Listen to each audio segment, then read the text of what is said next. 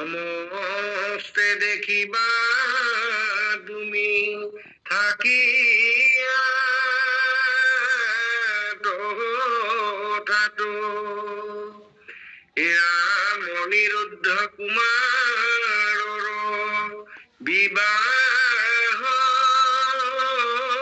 কালত মৰাই গুৰুক মিক বলো ভদ্ৰ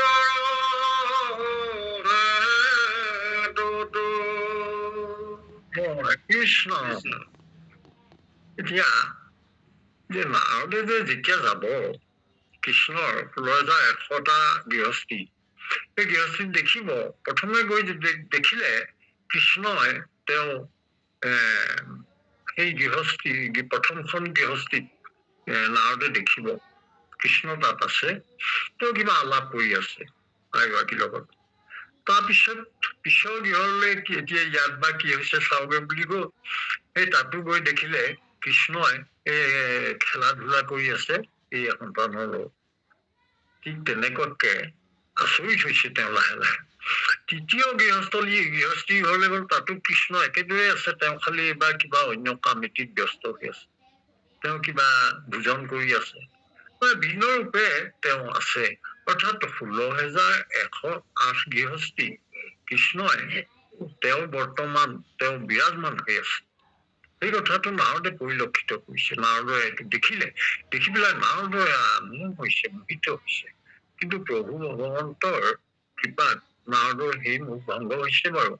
আমাৰ কথাখিনি এনেকে কৈছে, গৃহস্থৰ ধৰ্ম আচৰিব অসংখ্যাত সমস্ত দেখিবা তুমি থাকিয়া, এই কথাটোকে কৈছে। ইয়াতে আমাৰ এই অকমান এইখিনিতে কথা এটি আছিলে, আমাৰ কীৰ্তনৰ নাৰদৰ কৃষ্ণ দৰ্শনতে বৰ সুন্দৰকৈ প্ৰকাশিত হৈ আছে। কথাটো হৈছিলে আমাৰ নাৰদৰ কৃষ্ণ দৰ্শন পঞ্চম কীৰ্তনত এইটো আমি পাইছো যে গোবিন্দ গোপাল গৰুৰ কেতু অকতৰ ভয় ভঞ্জন হেতু। এইখিনিতে এই দেখিয়া নাৰদে তুলিলা সাক্ষী, আমাকো প্ৰভু ভুৰু কোৱা আখি। এই ভুৰু কোৱা মানে মোক তুমি কি আভুৱা ভৰিবলৈ লৈছা, নাৰদে কৈছে। সেই কথাটো তোমাৰ চৰণ সেৱাৰ বলে এয়া প্ৰজু যুগ মায়া জানো সকলে। নাৰদে খন্তেকৰ বাবে মোহিত হৈছিলে, হলেও প্ৰভুৰ যে মায়া এয়া, সেই মায়া কথাটো পিছ মুহূৰ্ততে হলে নাৰদে গম পাইছে সেই কথাটো। আৰু কৈছে জানিও প্ৰভু মই মুখ্য দাস কৰিও তোমাৰ যশ প্ৰকাশ, তিনিও লোকে ফুৰু বিনা পাই তোমাৰ পবিত্ৰ চৰিত্ৰকে। প্ৰভু ভগৱন্তৰ যি গুণ নাম যশ গাই আনন্দ কৰি ফুৰিছে, খন্তেকৰ বাবে প্ৰভুৰ ওচৰত মহান্ধ হব পাৰে মোক প্ৰভুক দেখি, কিন্তু পিছ মুহূৰ্ততে প্ৰভুৰ কৃপাতে তেওঁ কিন্তু সেই মোহৰ পৰা পৰিত্ৰাণ পায়। এয়া ভগতৰ বাবে এটি সুন্দৰ বৰ উদগনিমূলক অতিকে প্ৰেৰণাদায়ক কথা। ভকতে মোহান্ধ হব পাৰে, কিন্তু প্ৰভুৰ কৃপাত সেই মোহ আকৌ প্ৰভুৰ কৃপাতে নাইকিয়াও হয়। এইটো বৰ ভকতৰ কাৰণে অতি প্ৰেৰণাদায়ক কথা, ভকতৰ বাবে আশাব্যঞ্জক কথা। এইখিনি কথা আমি ইয়াতে পালো। তাৰপিছত এনেকুৱাতে অনিৰুদ্ধ কুমাৰৰ বিবাহ কাল হব। এতিয়া প্ৰদ্যুম্নৰ কথাটো ইয়াত নাই কোৱা, কিন্তু প্ৰদ্যুম্নৰ পুতেক বোলে অনিৰুদ্ধ কুমাৰৰ এতিয়া বিয়া হব। এইখিনিতে বিবাহৰ কথাটো বিবাহৰ সময়তে যেনিবা এই যে ৰুক্মিণী ককায়েক ৰুক্মবীৰ, সেই ৰুক্মবীৰ আৰু এইখিনিতে বলভদ্ৰৰ মাজত অকমান সেইখিনি সময়তে হেৰি হব। মানে কথাটো এনেকুৱা, আমি অকমান পিছলে পাম বাৰু যে ৰুক্মী বুলি কৈ পেলাই ৰুক্মবীৰৰ কথা কৈছিল। ৰুক্মী মানে ৰুক্মবীৰ। এই ৰুক্মবীৰে মানে বানজাৰ সপক্ষে যুঁজিবলৈ আহিছিল। আহোঁতে এইখিনি সময়ত বলভদ্ৰৰ হাতত আৰু এই হৰিহৰৰ যুদ্ধৰ মাজতে নিহত হৈছে। কথাটো আমি পিছৰ খিনি অকমান আগলৈ আগবাঢ়িলে পাম। কৃষ্ণ বৰাবাৰ কৃষ্ণ কৃষ্ণ। নামে কইনা বান ৰজাৰ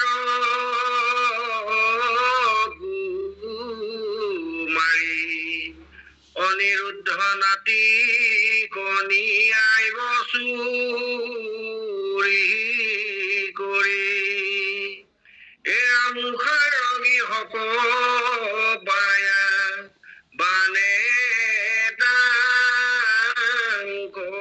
ধৰি একেশ্বয় কুমাৰক থৈবে বন্দী কৰি তোমাৰ মুখত পাছে দানবা শুনি সমদলে যুঁজিবাক যায় বুনি তাক ৰাখিবাক লাগি অহৰে জীৱন্ত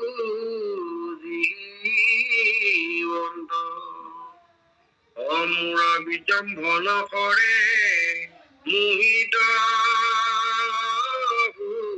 বন্ধু কৃষ্ণ কৃষ্ণ কৃষ্ণ কৃষ্ণ এতিয়া আমাৰ এইখিনি অকমান আৰু সময় আগলৈ গৈছে যিখিনি সময়ত মানে কি হব উষা নামে কন্যা বান ৰজাৰ কুমাৰী অনিৰুদ্ধ নাতিক ন্যায় বস্তু কথাটো এনেকুৱা হল এই আমাৰ মানে ইয়াতে বান ৰজা আছিলে এই বান ৰজা আকৌ জীয়েক উষা এই উষা বৰ তেওঁ মানে সপোনত দেখিলে যিজনক দেখিলে সেইজনক লাগে বুলি পেলাই চিত্ৰলেখা তেওঁৰ সখীয়েকক ক'লে যে তুমি ছবিটো আঁকি আঁকি আঁকি কি লাষ্টত যিটো ছবি হয় বুলি ক'লে এইজনকে লাগে বুলি ক'লে সেইজন আন কোনো নহয় কৃষ্ণৰ নাতিয়ে অনিৰুদ্ধ এতিয়া এই অনুসৰি এই কথাটো আমাৰ এনেকে আছিলে যে কোনেও গম নোপোৱাকে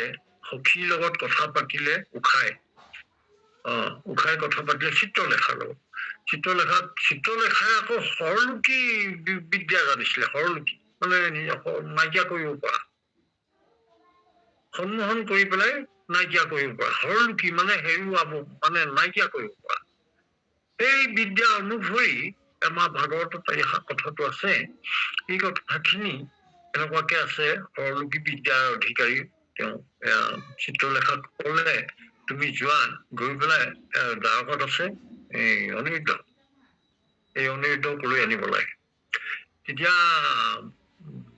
চিত্ৰলেখা গ'ল আৰু গৈ পেলাই যাওঁতে তেওঁ আচলতে আগতে পোনপটীয়াকে যে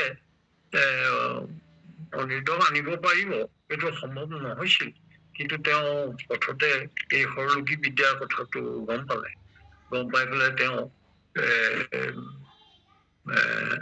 এতিয়া তেওঁ সেই বিদ্যা প্ৰয়োগ কৰি পেলাই ঘৰৰ জালনা বা হেৰিয়াৰ এই ভেন্টিলেটৰ খিৰিকী তেনেকুৱা তাৰ মাজেৰে সৰু এটি মাখি ৰূপ লৈ পেলাই প্ৰৱেশ কৰি অনিৰুদ্ধক লৈ আহিলে অনিৰুদ্ধক আনি পেলাই একেবাৰে বান ৰজা আমাৰ ইয়াত শোণিতপুৰত একেবাৰে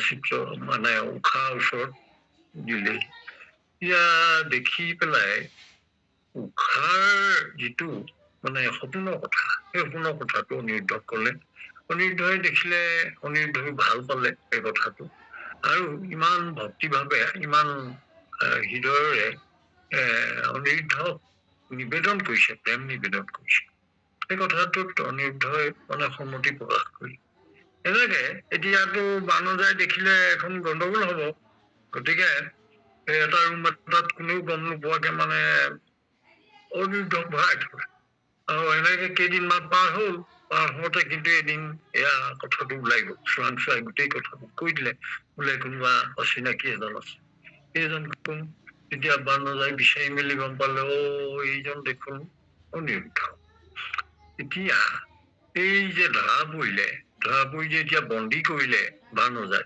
এই কথাবোৰ আকৌ নাৰদে গম পাই পেলাই একদম চিধা গ'ল দ্বাৰকালৈ গৈ পেলাই ক'লেগৈ বোলে কি চাই আছা ইয়াতে তাত তোমাৰ নাতি অনিৰুদ্ধক পলুৱাই লৈ গ'ল লৈ তাত বান ৰজাই বন্দী কৰি থৈছে এয়াই হল কথা আৰু সেই অনুসৰি এই কথাটোকে যেনিবা তোমাৰ মুখত পাছে টানৰ বাৰ্তা শুনি সমদলে যুঁজিবাক যায় বহুৱা শুনি এয়া কৃষ্ণ নিজে আহিব, নাতি আকৌ উদ্ধাৰ কৰিব, এই যুঁজ কৰিবলৈ আহিব। তাৰপিছত কলে তাকৰ আশী বাকৰ লাগি হৰে যুঁজিবন্ত। এতিয়া আকৌ বানৰজা আকৌ বানৰজা ভক্ত আছিলে শিৱৰ, গতিকে বানৰজাৰ লগত যুঁজ কৰিবলৈ অহা দেখি শিৱই কলে বোলে মোৰ ভক্তৰ লগত কোনে যুঁজ কৰিছে, মই এতিয়া নেৰিম নহয়, এনেকে বুলি পেলাই শিৱই যুঁজ কৰিবলৈ। সেয়াই হল আমাৰ প্ৰখ্যাত হৰিহৰৰ যুঁজ। এতিয়া হৰিহৰৰ যুঁজত তেতিয়া হৰিয়ে কি কৰিছে, তাকৰ ৰাখিবাকৰ লাগি হৰে যুঁজিবন্ত, আৰু কৃষ্ণই কৰিব মূৰৰ বিজিম্ভন হৰে মোহিত হৈ গল। বিজিম্ভন মানে এই হামিয়াই হিকটিয়াই থকা অৱস্থাটো, মানে আলস্য ভাৱ অহাটো, এই হৰ মাৰি দিলে আৰু এতিয়া গোটেইখনৰ হামিয়াই হিকটিয়াই এলাহত টোপনি ভাৱ আহিব। এইটোৱে হৈছে বিজিম্ভন হৰ। বিজিম্ভন শব্দটোৰ অৰ্থ হামি মৰা, আমি যে মুখখন মেলি হামি মাৰো সেইটো হামি বিজিম্ভন। অৰ্থাৎ যি পাত হৰ প্ৰয়োগ কৰিলে মানে সকলোৱে হামিয়াই হিকটিয়াই একেবাৰে আলস্য ভাৱ আহিব, এলেহুৱা হব, গোটেইখনৰ টোপনি ভাৱ আহিব, এই তেতিয়া যুঁজ কৰিব নোৱাৰা হব। আৰু এই তেনেকুৱা এটা হৰ, সেই পাতেই হল বিজিম্ভন হৰ। এতিয়া হাজাৰ আকৌ হাতে বানে মুখ নাই ভাল কৃষ্ণ আগবাঢ়িছো অকমান যাম কৃষ্ণ কৃষ্ণ। ৰাম হাজাৰ একো হাতে বাপে বানে মুখ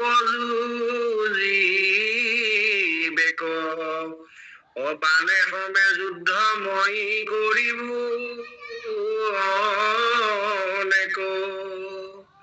তাৰ ভুজ ছেদ ৰঙে কৰিব মৰে, এন দেখি দুটি মোক কৰিবে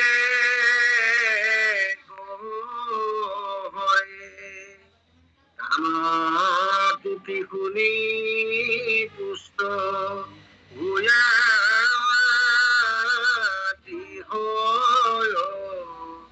চাৰি হাত ৰাখি দিব বানৱ নিৰ্ভয়, দিবে কন্যা ক্ৰমে কুমাৰ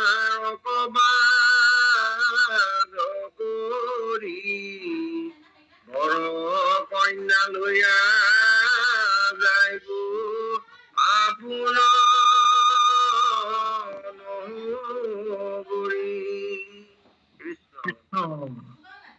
এইখিনিতে এটা কথা কলে বোলে হাজাৰ আকৌ হাতে বানে মুখ যুঁজিব, বানৰজাৰ 1000খন হাত আছিলে বুলি কৈছে। আৰু ইফালে এই ভগৱন্ত কৃষ্ণই হৰৰ প্ৰতি কি কৰিলে, হৰে যে যুঁজিবলৈ আহিছিলে, এই হৰে যুঁজিবলৈ আহোতে হৰক মানে কৃষ্ণই বান মাৰি পেলাই তেওঁক মোহিত কৰিলে। ইফালে হাজাৰ আকৌ হাতে বানে মুখ যুঁজিব, বানৰজাৰ 1000খন হাত, এই কথাটো আমি ভালকে নাজানো, তথাপি শিৱৰ ভকত হিচাপে শিৱই চাগে বৰ দিছিলে, সেই কথাটোৱে হব লাগে। বহুজনে তেনেকে কয় তেওঁ 1000 হাত অধিকাৰী হৈছিলে, পৰম পৰাক্ৰমী এই কথাটো। বানে সমে যুদ্ধ মই কৰিব, বানৰ লগত কৃষ্ণৰ যুদ্ধ হব, তাৰ মানে 1000খন হাতৰ বানৰজাৰ 4খন ৰাখিব আৰু বাকী খিনি কাটি পেলাব, এনেকুৱা হব।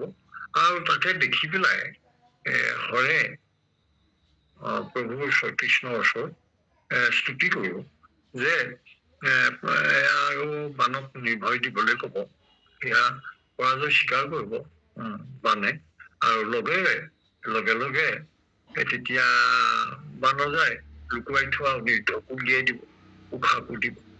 এইখিনিতে উশাই তেনেকে উশাৰ কথাটো এইখিনিতে শেষ হৈছে।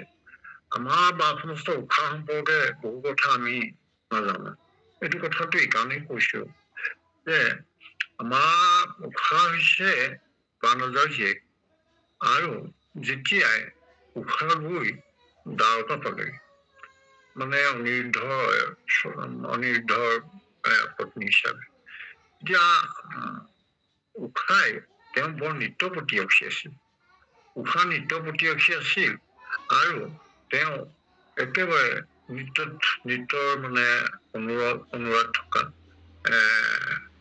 অনেক নৃত্যাংগনা তেওঁ সৃষ্টি কৰিলে। সেই নৃত্যাংগনা সকলক ইমান সুন্দৰকৈ সৃষ্টি কৰিলে।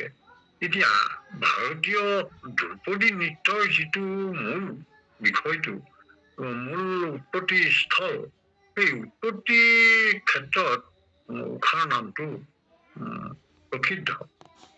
ভাৰতীয় ধ্ৰুপদী নৃত্যৰ স্ৰষ্টা হিচাপে স্ৰষ্টাসকলৰ যি তেওঁলোকৰ যি খ্যাতি, সেই খ্যাতিত আমাৰ অসমৰ উষাৰ নামটো আছে। আমাৰ শ্ৰীমন্ত শংকৰদেৱ সংঘৰ